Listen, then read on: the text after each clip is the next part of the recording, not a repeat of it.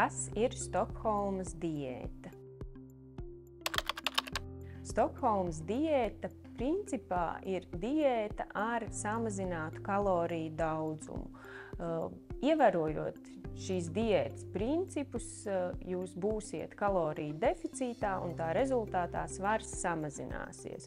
Tur nav nekādas unikālas kombinācijas vai pārdomāti uzturvielu sadalījumi. Visa atslēga svara samazināšanā būs tieši šim te kaloriju deficītam.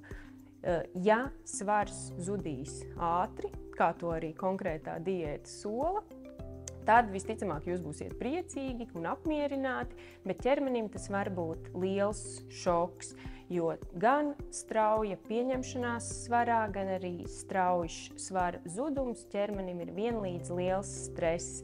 Tāpēc nereti pēc straujas svara samazināšanās svaram ir tendence atgriezties.